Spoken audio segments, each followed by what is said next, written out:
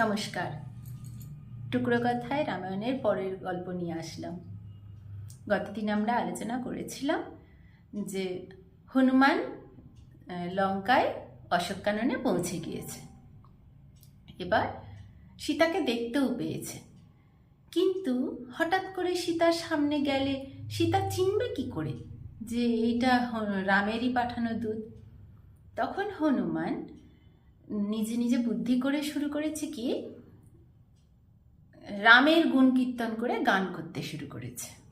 রাম লক্ষ্মণ এনারা বনে এসে বনবাস শুরু করেছে, কি কি হয়েছে এই ঘটনাগুলো পরপর, যেগুলো হনুমান আগে রামের থেকে শুনেছে আর কি, সেরকম রামের গুণ বর্ণনা করে গান করছে।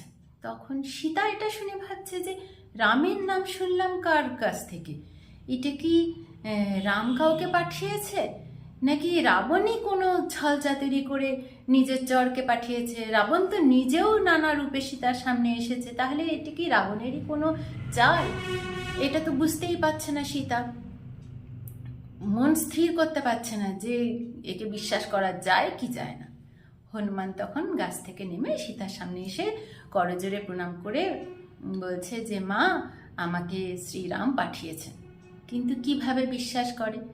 রামের অনেক বর্ণনা দেওয়ার পর রামের পাঠানো একটা আংটি সীতার হাতে তুলে দিয়েছে। তখন এইটা দেখে সীতার মনে হয়েছে যে না, এটা সত্যি সত্যি রামের পাঠানো। তখন তো সীতা প্রথমে কান্নাকাটি করেছে, তারপর হনুমান বলেছে যে আমাকে শ্রীরাম পাঠিয়েছেন আপনার সন্ধানে, কোথায় আছেন এইটা খোঁজ করতে। আর রামের এখন কি অবস্থা সেটাও হনুমান সীতাকে বলছে যে একদম প্রাণহীন দেহ নিয়ে ঘুরে বেড়ানো মতোই আর কি রামের অবস্থা এখন এরকম, সেটাও হনুমান বর্ণনা করছে। এই শুনে তো সীতারও খুব দুঃখ হয়েছে। তখন হনুমান বলছে যে আপনি আমার সঙ্গেই চলুন, এক্ষুনি চলুন, আপনাকে আমি নিয়ে যাব। সীতা তখন বলছে যে না, আমি তোমার সঙ্গে যেতে পারি না। তার কারণ রয়েছে কয়েকটা, প্রধান 3টে কারণ রয়েছে কেন হনুমানের সঙ্গে যাবে না সীতা। প্রথমত, যে আমি আর কোনো পুরুষকে নিজেকে স্পর্শ করতে দিতে পারি না। রাবণ তো আমার ইচ্ছার বিরুদ্ধে জোর করে ধরে এনেছে, সেটা আমি আটকাতে পারিনি, কিন্তু আমি রাম ছাড়া অন্য কাউকে স্পর্শ করতে পারি না। তাই আমি তোমার সাথে আমি যেতে পারবো না। তোমার সাথে যাওয়া, সমুদ্র পার করা মানে তো তোমার কাঁধে পিঠে চড়ে যাওয়া, আমি পারবো না। তারপরে দ্বিতীয়ত হচ্ছে, তুমি এত বেগে যাবে, আমি তো পড়ে যাব, এটাও একটা যুক্তিসঙ্গত কারণ। আমি ভালো মতো থাকতেই পারবো না ধরে, তাহলে পড়ে যাব। তাছাড়া যদি বা পড়ে যায়, হয়তো এই কোনো রাক্ষসের সামনেই পড়ে গেলাম, এখন যাও বা আমাকে অশোককাননে আটকে রেখেছে, তখন তো আমাকে খেয়েই নেবে, মেরেই ফেলবে। তাহলে সেটাও তো সত্যি সত্যি যুক্তিসঙ্গত কারণ। কিভাবে তাহলে হনুমানের সঙ্গে যায়? আর যেটা সব থেকে বড় কারণ, সীতা কিসের জন্য বারণ করছে যে হনুমানের সঙ্গে যাবে না, সব থেকে বড় কারণ যে আমি রঘুবংশের রাজা রামের স্ত্রী, তার এমন শৌর্য, সে এমন সুপুরুষ, রাক্ষসেরা তার ভয়ে একদম তটস্থ, এত এত হাজার হাজার রাক্ষসকে বধ করেছেন শ্রীরাম। একে তো বনে বসবাস করতে হয়েছে তাকে, তার সঙ্গে তার স্ত্রীও এসেছে, এবার নিজের স্ত্রীকে রক্ষাও করতে পারেনি, রাবণ নিয়ে চলে গিয়েছে, এটা তো তার উপর একটা লাঞ্ছনা রয়েছে। তার ওপর নিজেও তাকে উদ্ধার করতে পারেনি, অন্য কাউকে পাঠিয়ে নিজের স্ত্রী অন্যকেও উদ্ধার করে এনে দিয়েছে। এই এত বড় লাঞ্ছনা আমি রামের ওপর, রামের মাথায় আমি কখনো চাপাতে চাই না, যে ইতিহাসে চিরকাল বর্ণনা হবে যে রাম নিজের স্ত্রীকে রক্ষা করতে পারেনি, অন্য কেউ তাকে বাঁচিয়ে এসেছে। তাই আমি এখানেই বসে থাকবো, শ্রীরামকে খবর দেবে আমি এখানে রয়েছি, আমার বিশ্বাস উনি আসবেন, এসে আমাকে উদ্ধার করে নিয়ে যাবেন। মানে একজন আরেকজনকে ভালোবাসা আর বিশ্বাস, কতটা বিশ্বাস যে আমি জানি এর সঙ্গে চলে গেলে বেঁচে যাব, কিন্তু আমি জানি আমার স্বামী আসবেন, তিনিই আমাকে নিয়ে যাবেন। আমি কিছুতেই তার মাথায় কোনো কলঙ্কের বোঝা চাপিয়ে দেব না যে আমাকে উদ্ধার করতে অন্য কাউকে পাঠিয়েছে। আমি এই কদিন নিজেকে রক্ষা করেছি, আরো কিছুদিন আমি অপেক্ষা করতে পারবো, নিজেকে রক্ষা করতে পারবো। উনি যদি না আসেন তাহলে আমি আমার প্রাণ বিসর্জন দিয়ে দেবো। আমি জানি আমার স্বামী আসবে। এই যে সীতার রামের প্রতি ভালোবাসা, বিশ্বাস, অগাধ বিশ্বাস, এটা তিনি সারা জীবন দেখিয়েছেন। রামও কিন্তু একই রকম সীতার প্রতি ভালোবাসা আর বিশ্বাস দেখিয়েছেন। এই কারণেই রাম সীতার জড়িকে আমরা সব সময় উদাহরণ দিই। এবার হনুমান তো ওখান থেকে বেরোবার সময় বলছে, তাহলে আমি আমি যে যাবো রামের কাছে, আপনার সঙ্গে যে আমার দেখা হয়েছে, তাহলে তার কি প্রমাণ? তখন সীতা এমন কিছু ঘটনার উল্লেখ করছে যেগুলো বনের মধ্যে তাদের এই যে এত সুন্দর দিন কাটিয়েছে তারা, এমন কিছু ঘটনা যেটা সীতা আর রামই জানে, এরকম কিছু ঘটনা বলছে। আর একটা তার চিহ্নস্বরূপ একটা মালা দিচ্ছে, এটা রামকে গিয়ে দেখাবে। হনুমান সেটা নিয়ে বলেছে যে মা, আমি এই জঙ্গলে এই বাগানে এত ফল মেলাদি রয়েছে, আমার তো লোভ হচ্ছে, আমি কিছু খাবো। তখন সীতা বলেছে, হ্যাঁ তুমি খেতেই পারো, কিন্তু আমার তো কোনো আপত্তি নেই, কিন্তু এখানে এত রাক্ষসী সব পাহারাই রয়েছে, যদি বা তোমাকে কেউ দেখে, যদি তারা ধরে নেয়, তাহলে তো তোমার বিপদ হবে, তুমি তো তখন শ্রীরামের কাছে পৌঁছতে পারবে না আমার সংবাদ নিয়ে। হনুমান তো মনে মনে হাসে, সে তো নিজের ক্ষমতা জানে।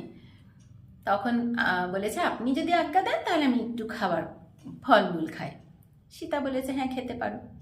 হনুমান গিয়ে ফলমূল এটা সেটা এত পছন্দের এত সুমিষ্ট ফল সব খেয়ে শুধু খায়নি, গাছ ভেঙে উপড়ে বাগান তছনছ। এই খবর তো সাথে সাথে রাবণের কাছে গিয়েছে। রাবণ তখন, কোন বানরে এসে আমার বাগান তছনছ করেছে, যাও ধরে নিয়ে এসো তাকে। ধরে নিয়ে আসা হলো হনুমানকে যখন বেঁধে ধরে নিয়ে আসা হয়েছে রাজপ্রাসাদে গিয়ে প্রথম যখন রাবণকে দেখছে হনুমান, ওইখানে মানে হনুমান দেখে অবাক হয়ে যাচ্ছে, বলছে অহো রূপম অহো শৌর্যম অহো বীরম আর্য। মানে তোমার এত রূপ, এত শৌর্য, এমন বীর পুরুষের মতো চেহারা, আর্য তুমি, তাহলে শুধুমাত্র যদি তোমার ধর্মের দিকে মতি থাকতো, অধর্মী না হতে, তাহলে তোমার তুলনা কে করবে? এই ব্যাখ্যাতে হনুমান যে ব্যাখ্যাটা দিচ্ছে, ঋষি বাল্মীকি যেরকম লিখেছেন আর কি, যে রাবণের এত প্রশংসা তার চোখে, হনুমান রাবণকে দেখছে এত সুন্দর দেখতে, এত শৌর্য, সুপুরুষ একজন, এই মানুষটা যদি একটু ধর্মের দিকে মতি থাকতো, তার মানে রাবণকে দেখতে কত সুন্দর ছিল, এমন তার তেজ। এমনি তো তিনি বেদ পাঠ করা ব্রাহ্মণ ক্ষত্রিয় রাজা, তিনি, তার তো সেরকম রূপ হওয়ারই কথা, তাহলে তার সেরকম রূপ রয়েছে, রাক্ষসের মতো দাঁত নখ বার করা নয়। হনুমান সেটা বর্ণনা করছে যে কি সুন্দর দেখতে রাবণকে, তাহলে এই মানুষটা যদি একটু ধর্মে মতি থাকতো, তাহলে এর তুলনা হয় না। তাকে সবাই বলছে যে মানে হনুমান বলছে যে তুমি এরকম কাজ করছো কেন, এখনো সময় রয়েছে, তুমি তোমার জেদ ছেড়ে দিয়ে রামের কাছে ক্ষমা চেয়ে তার স্ত্রীকে ফেরত দিয়ে দাও। রাবণ তো শুনতে নারাজ। এবারে রাবণের রাজসভায় এতদিন অত সবাই জানতো না আর কি, রাবণ সীতাকে ধরে এনে অশোক কাননে রেখেছে, কয়েকজন জানে। রাবণের রাজসভার এক মন্ত্রী বলছে যে এই সব ঘটনা শুনছে, যে রাবণ বলছে আমি এই সীতাকে ধরে এনেছি, তাই তার বর এই লোক পাঠিয়েছে দেখতে, আমি এখন সীতার জন্য নাকি সে আসবে এখানে। তখন মন্ত্রী বলছে যে তুমি এতদিন অপেক্ষা করে রয়েছে কেন, সীতার কনসার্নের জন্য, সীতা কবে রাজি হবে তার জন্য। তাহলে সীতা কবে রাজি হবে এটা অপেক্ষা না করে কুকুরের মতো চড়ে যাও, কুকুরটা আমি গাছাম, মানে কুকুরের মতো চড়ে যাও, যেরকম পশুরা করে আর কি, তুমি অপেক্ষা করে রয়েছে কেন?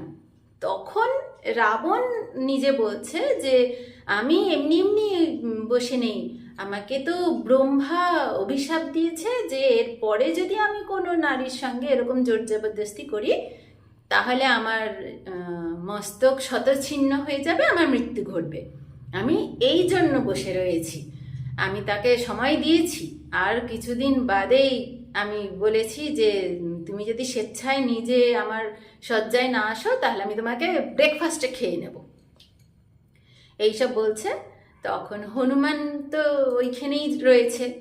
হনুমানকে তখন বলছে যে তোমার কি শাস্তি, আমার এত সুন্দর বাগান তছনছ করেছে, তোমার কি শাস্তি দেব? হনুমান তো বলেছে কি করবে, আমার তো বাঁদরের তো লেজটাই মানে যারা ধরুন কারোর পাগড়ি, সেই পাগড়ি যারা পরে তার সেটাই সম্মান, পাগড়ি যদি খুলে দেওয়া হয় তাহলে তার সম্মানে আঘাত হয়, তাহলে যারা বানর সেজে থাকে তাদের লেজটা একটা সম্মানের ব্যাপার আর কি, তাহলে লেজেই আগুন দিয়ে দাও। তখন হনুমানের লেজে আগুন লাগিয়ে দেওয়া হবে, এই ঠিক হয়। তাহলে লেজে আগুন লাগলে হনুমান পুড়ে মরে যাবে। হনুমান করলো কি, সারা লঙ্কা সেই জ্বলন্ত লেজ নিয়ে তাণ্ডব করে বেরিয়ে সারা লঙ্কায় আগুন ধরিয়ে তারপর সেখান থেকে চলে আসে। আজকে এই পর্যন্তই, ধন্যবাদ।